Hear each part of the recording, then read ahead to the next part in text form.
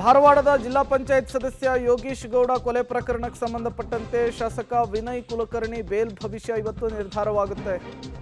ವಿನಯ್ ಕುಲಕರ್ಣಿ ಜಾಮೀನು ತೀರ್ಪನ್ನು ಹೈಕೋರ್ಟ್ ಇವತ್ತು ಪ್ರಕಟಿಸಲಿದೆ. ಜಾಮೀನು ಅರ್ಜಿ ವಿಚಾರಣೆಯನ್ನು ನಡೆಸಿ ಆದೇಶವನ್ನು ಕಾಯ್ದಿರಿಸಿತ್ತು ಹೈಕೋರ್ಟ್. ನ್ಯಾಯಮೂರ್ತಿ ಸುನಿಲ್ ದತ್ ಯಾದವ್ ಪೀಠದಲ್ಲಿ ನಡೆದಂತಹ ವಿಚಾರಣೆ ಇದು. ಎರಡು ಕಡೆ ವಾದ ಪ್ರತಿವಾದವನ್ನು ಆಲಿಸಿ ಆದೇಶವನ್ನು ಕಾಯ್ದಿರಿಸಿತ್ತು ಕೋರ್ಟು. ಇವತ್ತು ಯೋಗೀಶ್ ಗೌಡ ವಿನಯ್ ಕುಲಕರ್ಣಿ ಅವರ ಬೇಲ್ ಭವಿಷ್ಯ ನಿರ್ಧಾರವಾಗುತ್ತೆ. ಯೋಗೀಶ್ ಅವರ ಹತ್ಯೆಯ ವಿಚಾರಕ್ಕೆ ಸಂಬಂಧಪಟ್ಟಂತೆ ಈಗಾಗಲೇ ಜೈಲಿನಲ್ಲಿರುವಂಥದ್ದು ವಿನಯ್ ಕುಲಕರ್ಣಿ ಅವರು. ಕಾಂಗ್ರೆಸ್ನ ಶಾಸಕರು, ಮಾಜಿ ಸಚಿವರು. ಈಗಾಗಲೇ ವಾದ ಪ್ರತಿವಾದವನ್ನು ಆಲಿಸಲಾಗಿದೆ.